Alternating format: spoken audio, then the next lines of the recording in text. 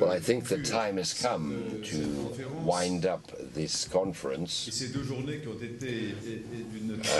2 days that have been extremely dense. And in fact, I would thank all of you, ladies and gentlemen, for having been so faithful to this work, despite all the external temptations.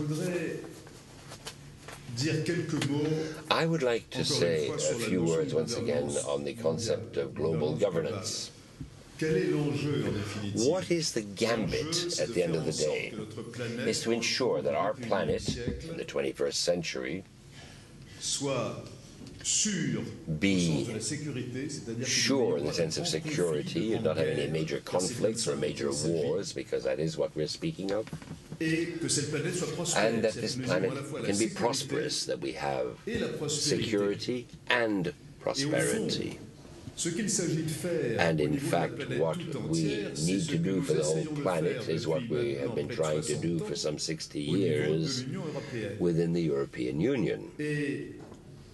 And I would like to say how personally convinced I am that within 100 years, the beginning of the 22nd century, either the whole world will be an enormous European Union in terms of organization, or else there will have been major drama, conflicts and wars, with the technological development and the degree of interdependence which comes out of it. You can imagine how a major war could be extremely bloody. Well, the war is not over, but the gambit or the challenge of the World Policy Conference is to contribute to organizing the world to avoid these dramas, and that we can draw the best of interdependence. The experience of the European Union has shown that the necessary governance can only be established gradually. Kevin Davis reminded us that we needed the Greek crisis. You didn't say it explicitly, but that's what you're alluding to. We needed the Greek crisis for the European Union, and the Eurozone should take on quite seriously what you've done before, which is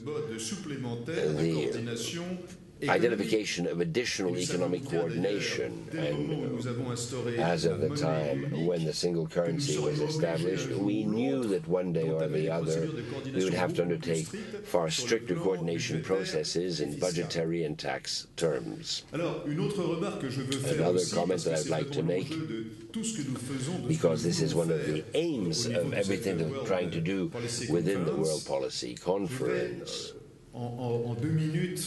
And in a nutshell, a few historical facts. Reference was made to the first globalization. First globalization followed scientific revolution. The scientific revolution, what came out of it? That as of the 16th century. But how was the world structured after this first globalization? It was organized on the basis of Europe through colonization. And the European wars, if I may say, were global wars through the colonies and reinforcing the colonization in the 19th century. And what did all this lead to? Because there was not appropriate governance, was the First World War, which was the failure of this first globalization, and a failure which led to so much bloodshed. And the world that should have been unified was divided. It was divided up until 1990, and now, with a far higher technological level of anything that happened following the scientific revolution, we are entering into the reconstruction of a truly global model. but we don't yet have the coordination tools that are adapted to this reality. If we take a long-term vision, that is what is the fundamental challenge. And once again, we'll not solve the issue from one day to the next, but at the same time, we need to be aware of the threats. There still exists in the world a certain number of elements of risk, of insecurity, simply due to a lack of experience. In my introductory comments, I referred to certain situations that exist, the Middle East, the zone the Israelo-Palestinian conflict, to Afghanistan, Kashmir.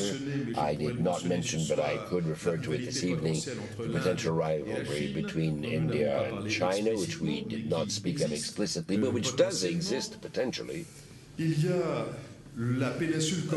Korean Peninsula, which was alluded to rapidly, but one day or another, the issue of the reunification of the Korean Peninsula, one of the last difficulties that was inherited in the past, is going to rise. We can't maintain ad nauseum the time at which the Korean Peninsula will be reunified.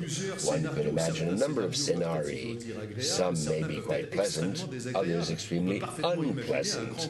You can imagine a major conflict, regional conflict, becoming global, starting out from a situation of this type.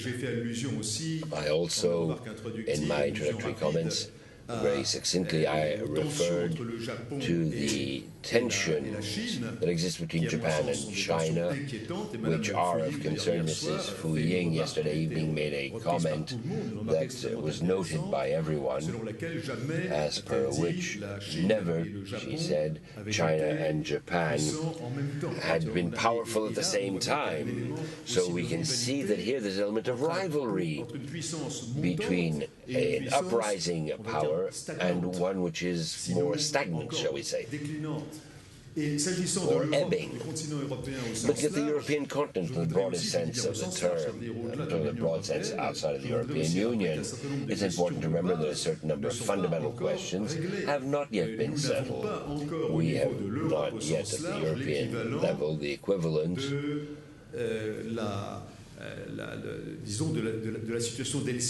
of the Helsinki situation, which itself was a remodeling of the Vienna Congress in the 20th century style. But to my mind, collective security in the traditional sense of the term and the identification of balance of power are not incompatible objectives. It is not either your collective security or the balance of power. It's the two, and you cannot have collective security if there's not a certain balance of power, even within the European Union. If within the European Union there were unduly large differences of power between, say, UK, France, and Germany, I think that once again we'd be confronted with difficulties. We need internal balance. The issue of the Ukraine, and look at the continent in the broader sense, remains a major issue. I'm not going to extend my comments because I am sure that you are somewhat sated, not only today, yesterday, and Friday. During the night you must have dreamt of all that was said and dreamt of all that was not said, because dreams reflect also what has not been said. And so, ladies and gentlemen, the time has come for expressing thanks. Thanks to all of you, more particularly to those who have taken part in the two previous editions, and one of the greatest satisfactions is to note that we have a form of club that is being established and which is growing and being enriched, as we've seen in this third edition. So I would like to thank all of you, speakers, participants, moderators. It has truly been very, very satisfactory to be able to work with you. I would also like to thank the IFRI team and Samdi Mkwan, who was in touch individually with most of you